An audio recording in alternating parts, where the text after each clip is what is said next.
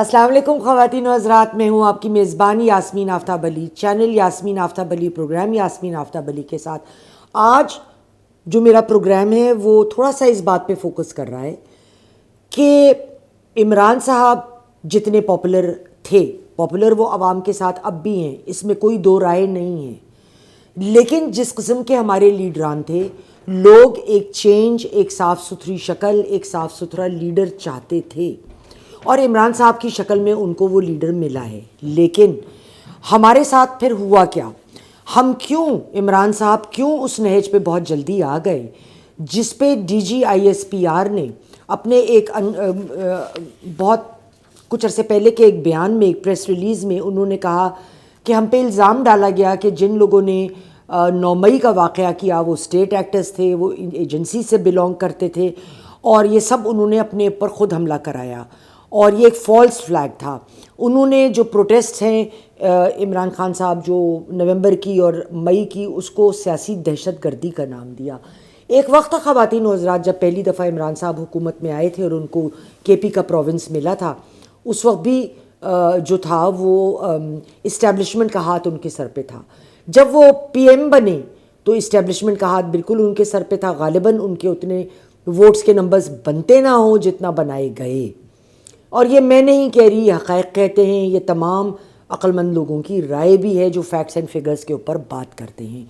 اب میں جو ریڈ فلیگز مجھے نظر آتے ہیں جب سے عمران صاحب حکومت میں آئے اور اب تک، اور یہ میں کوئی الزام تراشی نہیں کرنا چاہ رہی، بالکل نہیں، میں آج بھی سمجھتی ہوں کہ عمران صاحب کی پارٹی ایک پاپولر پارٹی ہے، لیکن نہ صرف ان کو بلکہ ان کے جو سپورٹرز ہیں ان کو تھوڑا سا یہ احساس ہونا چاہیے کہ ہم نے غلطیاں کدھر کی۔ عقل مند آدمی وہ ہوتا ہے جو غلطی کر کے دہراتا نہیں ہے، اس غلطی کو درست کرتا ہے اور اس سے سیکھتا ہے۔ یہاں پہ نظر آتا ہے کہ غلطی کی گئی، اس کو دہرایا بھی گیا، اس سے سیکھا بھی نہیں گیا اور اس کو بار بار دہرایا گیا۔ اب کیوں اتنے کنفرنٹیشن لیول پہ عمران صاحب ڈسینڈ کر گئے کہ ماسوائے دھمکیاں اور پریشر ڈالنے کے علاوہ ان کے پاس کوئی اور حربہ نہیں بچا ہے؟ سب سے پہلے تو دیکھیے یہ ہے کہ انہوں نے ایسے لوگوں سے پہلے دن سے ان کو اپنی صفوں میں داخل ہونے کی اجازت دی جن کی ریپوٹیشن ہے کہ وہ بار بار اپنی ایلیجنس بدلتے رہتے ہیں۔ وہ لوگ جو ان کی اپنی پارٹیاں ہیں ان کو بدلتے رہتے ہیں، اور جہاں جس وقت ان کو اپنا فائدہ نظر آتا ہے وہ اس طرف ہو جاتے ہیں۔ اور ابھی بھی جو پی ٹی آئی کے بہت سارے ایم این ایز ہیں وہ ایسے ہیں کہ وہ جو ہیں وہ آج بھی اگر ان کا فائدہ ہو کہ کسی اور طرف وہ جا سکیں تو وہ چلے جائیں گے۔ مجھ سے ایک صاحب جنہوں نے بڑا سپورٹ کیا پی ٹی آئی کو، انہوں نے کہا دیکھیے میں نے نیا پاکستان کے لیے ووٹ دیا تھا، لیکن مجھے آج تک یہ سمجھ نہیں آیا کہ نیا پاکستان اور پرانا پاکستان میں فرق کیا ہے۔ کیا چیز نئے پاکستان نے ہمیں دی جو پرانے پاکستان سے بہتر تھی؟ کیا چیز ہمیں دی؟ ہمارے اکانومی کو بہتر کیا، ینگ لوگوں کے لیے کوئی راستے کھولے نوکریوں کے؟ کیا ہوا؟ پھر دوسری چیز یہ تھی کہ عمران صاحب نے بہت جلدی بہت زیادہ ڈیمانڈ شروع کر دیں۔ جب ان کے اگینسٹ نو کانفیڈنس ووٹ ہوا اور ان کو آؤسٹ کیا گیا تو انہوں نے فوری طور پہ نواز شریف صاحب کا استعفیٰ مانگا۔ اب دیکھیے سیاست جو ہے وہ کھیل ہے صبر کا اور ایک ایک قدم پھونک پھونک کے بڑھانے کا۔ میں پہلے دن جس اسٹریٹجی پہ بیٹھی ہوں میں آخری دم تک اس پہ چل نہیں سکتی۔ ہو سکتا ہے نشیب و فراز ایسے آئیں کہ مجھے وقت کے ساتھ اور اسٹریٹجیز کو اپنا تھوڑا سا اس میں لچک لانی پڑے، لیکن یہ عمران صاحب نے نہیں کیا۔ اور وہ ری الیکشن کی بات کرتے، وہ مڈ ٹرم الیکشنز کی بات کرتے تو وہ زیادہ مناسب تھا، لیکن انہوں نے ایک دم کہا کہ یہ حکومت چلی جائے، یہ لوگ بالکل غائب ہو جائیں صفحہ ہستی سے اور ہم لوگ جو ہیں وہ ہمیں حکومت دے دی جائے، یہ قریب ناممکن تھا۔ اس کے بعد سے کے پی اور انہوں نے پنجاب کی اسمبلیاں توڑی۔ اس وقت جو عمران صاحب کے قریب لوگ تھے انہوں نے سب نے ان کو سمجھایا تھا کہ آپ ایسے نہ کریں۔ دیکھیں جب آپ گورنمنٹ کے اندر بیٹھے ہوتے ہیں اور گورنمنٹ کے اندر اسمبلی میں بیٹھ کے آپ گفتگو کرتے ہیں تو اگلوں کو سننا پڑتا ہے۔ آپ نے کوئی بھی اپنی رائے دینی ہے، اپنی اوپینین دینی ہے، لوگوں کو سننا پڑتا ہے۔ اسمبلیاں توڑنے کی وجہ سے کیا ہوا کہ وہ لوگ سڑک پہ آئے، انہوں نے کہا ہم سڑک پہ آ کے اپنی بات منوائیں گے۔ اب جب پہلی دفعہ انہوں نے 4 سیٹوں کی بات منوائی تھی اس وقت اسٹیبلشمنٹ عمران صاحب کے ساتھ تھی۔ اس وقت جتنے اسٹیک ہولڈرز ہیں وہ عمران صاحب کے ساتھ نہیں ہیں، لوگ ہیں بالکل مانتے ہیں، لیکن اسٹیک ہولڈرز کا بھی ساتھ ہونا ضروری ہوتا ہے. کسی ڈفرینسز تو ہوتے ہیں، کدھر نہیں ہوتے. ایک گھر میں سگے بہن بھائیوں میں ہوں گے، لیکن آپ بیٹھ کے کسی بھی سیاسی معاملے کو ایک عقل و سمجھ سے آرام سے بات کر کے اس کو آپ بات کرتے ہیں. پھر انہوں نے وہ اسمبلیاں توڑ دیں. اس کے بعد سے وہ اب سول ڈس اوبیڈینس پہ آ گئے. سول ڈس اوبیڈینس سے پہلے 9 مئی کا واقعہ ہوا. اس میں جو حالات ہوئے وہ ہم سب جانتے ہیں. ابھی 25 لوگوں کو ایک دفعہ سزا ملی، 60 لوگوں کو ایک دفعہ ملی، اور جو 60 لوگوں کو ملی اس میں حسان نیازی کا نام سر فہرست ہے، جو ان کے نیفیو ہیں. اس کے علاوہ ایک ڈیکوریٹڈ بریگیڈیئر صاحب بھی ہیں، ایک ونگ کمانڈر صاحب یا کوئی اچھے رینک کے ایک اور ہیں، اور پہلی دفعہ میں بھی کچھ سپاہی لیول کے لوگ شامل تھے. کہنے کا مقصد یہ ہے کہ آرمی اس وقت جو احتساب کر رہی ہے وہ اپنی صفوں کا بھی کر رہی ہے، اور اس میں کوئی مجھے شک نہیں ہے کہ فیض صاحب کا احتساب ہوگا، ان کو سخت سزا ملے گی. میں یہ پہلے دن سے کہتی آئی ہوں. اور جب یہ بہت تبصرے ہو رہے تھے کہ نہیں وہ اب نہیں ہوگا، وہ وعدہ معاف گواہ، میں نے ایک بات جو کہی وہ آج تک وہی کہتی آئی ہوں. نہ آرمی کو وعدہ معاف گواہ چاہیے، جتنے ثبوت ان کے پاس ہیں وہ ڈال نہیں سکتے تھے ہاتھ ایک جنرل پہ اگر وہ شواہد ان کے پاس نہیں ہوتے. نہ ان کو فیض حمید کو معاف کرنا ہے، ان کو فیض حمید کو ایک ایگزامپل بنانا ہے. اور جب یہ ہوگا تو عمران صاحب کے سر پہ آلریڈی وہ تلوار ہے کہ ان کا بھی ملٹری ٹرائل ہوگا. اب وہ ہوگا یا تلوار ان کے اوپر لٹکی چھوڑی جائے گی، یہ وقت بتائے گا. اب پھر انہوں نے سول ڈس اوبیڈینس کی انہوں نے بات کر دی. اب دیکھیے سول ڈس اوبیڈینس کی موو جو ہے وہ کامیاب اس لیے نہیں ہو سکتی کیونکہ جو باہر لوگ بیٹھے ہیں وہ حکومت کے کسی خیراتی ادارے میں پیسے نہیں بھیج رہے، وہ اپنے خاندان والوں کو پیسے بھیجتے ہیں. اگر وہ اپنے خاندان والوں کو پیسے روک دیں گے تو ان کے خاندان سفر کرے گا نا. تو کیا وہ یہ چاہیں گے؟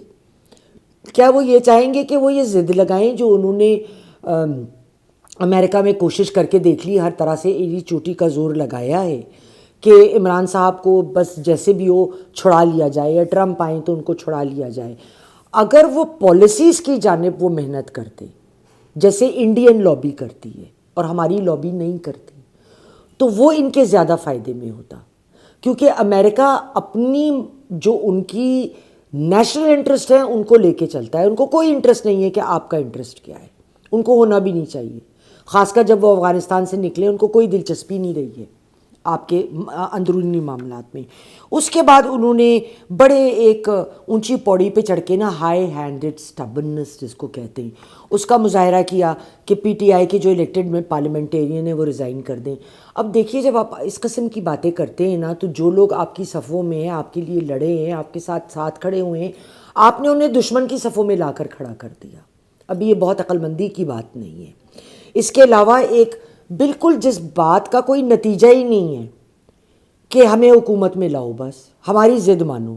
اب وہ ایک غلطی کی 9 مئی، ایک غلطی کی وہ 26-27 نومبر کی دہرا دی، تو وہ ہم نے سیکھا نہیں 9 مئی سے. اب یہ ایک بات ہوئی، اور ان باتوں کو دیکھ کر یہ جو معاملات چلتے رہے، پھر جی کہ ہمارے لوگ اتنے مر گئے، اللہ معاف کرے جس کے گھر کا بھی اگر کوئی گیا ہے تو ہم اس کے لیے بھی افسردہ ہیں. لیکن وہ کدھر ہیں لاشیں؟ وہ کہاں تھے جنازے کب ہوئے؟ ان کی فیملیز کدھر ہیں؟ وہ کیا لاش لینے نہیں آئیں؟ مطلب بہت سارے کویسچن مارکس ہیں نا ادھر. پھر کہہ دینا جی وہ تو سب غائب ہو گئے. غائب کیسے ہو گئے؟ ابھی تو آپ کہہ رہے تھے مر گئے لوگ، اتنے لوگوں کے وہ تھا، فوتگیاں ہوئیں. تو اپنے منہ سے کہتے رہے نا، ان کے پوزیشن ہولڈرز کہتے رہے. 413 ان کی ویب سائٹ سے لے کے 12 تک کی نمبر آتا رہا ہے، ایک بیان بھی ایک نہیں. تو جب یہ چیزیں بار بار اس طرح کی نا آپ الزامات تراشی کریں گے اور مسائل ہوں گے، اور اسٹیٹ کو جب بھی آپ ہیڈ آن لیں گے اور ایک ہیٹ فلڈ کیمپین بنا کر لوگوں کو یہ تیار کریں گے کہ مر جاؤ یا مار دو، تو وہ سیلف ڈیفیٹنگ ہے. وہ سیلف ڈیفیٹنگ ہے. اور یہ پاکستان کے قانون کی، پاکستان کی آئین کی خلاف ورزی ہے.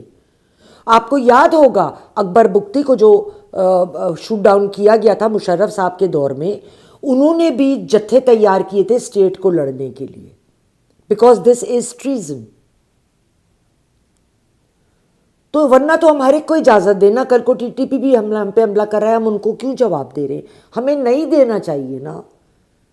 ان کو ہم غلط لگتے ہیں، وہ کر رہے ہیں، ہمیں اس کو بھی پھر ماننا چاہیے. اگر اصولی طور پہ ہم اس بات کو مانتے ہیں کہ ایک کام غلط ہوا یہ، مگر ہم غلط نہیں ہے جی، ہم تو پروٹیسٹ کر رہے تھے، تو پروٹیسٹ ایسے تو نہیں ہوتا نا کہ آپ ہتھیار اور مختلف چیزوں سے لیس ہو کے نکلیں. اور یہ میں نہیں کہہ رہی، یہ ویڈیوز موجود ہیں، اس میں میری تو کوئی رائے ہی نہیں ہے، میں نے تو وہ ویڈیوز دیکھی ہیں، خود یہ لوگ لگاتے ہیں پھر اس میں پھنستے ہیں. اس وقت تڑی ہوتی ہے کہ دیکھو ہم آ رہے ہیں، مگر پھر یار اسٹیٹ کو اب ہم کیا تڑی دے سکتے ہیں؟ میں اگر چاہوں کہ میں اس چیز کو بدل دوں سڑک پہ نکل کے گولیاں چلا کے، کیا میں کر سکتی ہوں؟ میں نہیں کر سکتی. I am an individual.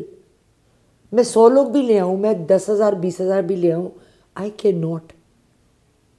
سوائے اس کے میں اپنے لیے اور میں جن لوگوں کو لائی ہوں ان کے لیے تکلیف دہ ماحول اور تکلیف دہ حالات پیدا کروں. اب حالات کیا ہیں؟ اب حالات یہ ہیں، اور مجھے بڑا رنج ہوتا ہے کہ عمران صاحب اب اس لیول پہ آ گئے ہیں کہ جس ملک کو، امریکہ کو، انہوں نے ان پہ انگلی اٹھائی پرچہ لہلا لہلا کے کہ امریکہ نے ان کی حکومت گروائی، آج اسی ملک کے ایک پریزیڈنٹ کے حلف لینے کا انتظار ہے کہ وہی ملک جس کو پہلے انہوں نے الزام دیا کہ اس نے میری حکومت گرانے میں انٹرفیئر کیا، آج آ کے وہ انہیں پھر مسند پہ بٹھائے. یہ کتنی سیلف کنٹرڈکٹری بات ہے اور رنج کی بات ہے. تو بات یہاں پہ کسی کو گندا کرنا نہیں ہے. بخدا میں یہ چاہتی ہوں کہ ہم لوگ اپنی غلطیوں سے سیکھیں. میں نے زندگی میں بڑی غلطیاں کی ہیں ایز اے پرسن، پر میں نے ایک کام ضرور کیا، میں نے اس غلطی کو کبھی زندگی میں دہرایا نہیں ہے، اور میرے خیال میں وہی میری کامیابی ہے. اسی سے جو تھوڑا بہت میں کچھ اپنا بن پائی یا پرسنلی ایک ذرا عزت ملی مجھے ذاتی طور پہ، میں نے کبھی غلطی کو نہیں دہرایا، اور یہ چیز بہت اہم ہے. خواتین و حضرات، آج تک کے لیے اتنا ہی. چینل یاسمین آفتاب علی آپ نے سبسکرائب نہیں کیا تو ضرور کریں. پروگرام پسند آیا ہو لائک کریں، شیئر کریں، کمنٹ باکس میں کمنٹ ڈالنا نہ بھولیں.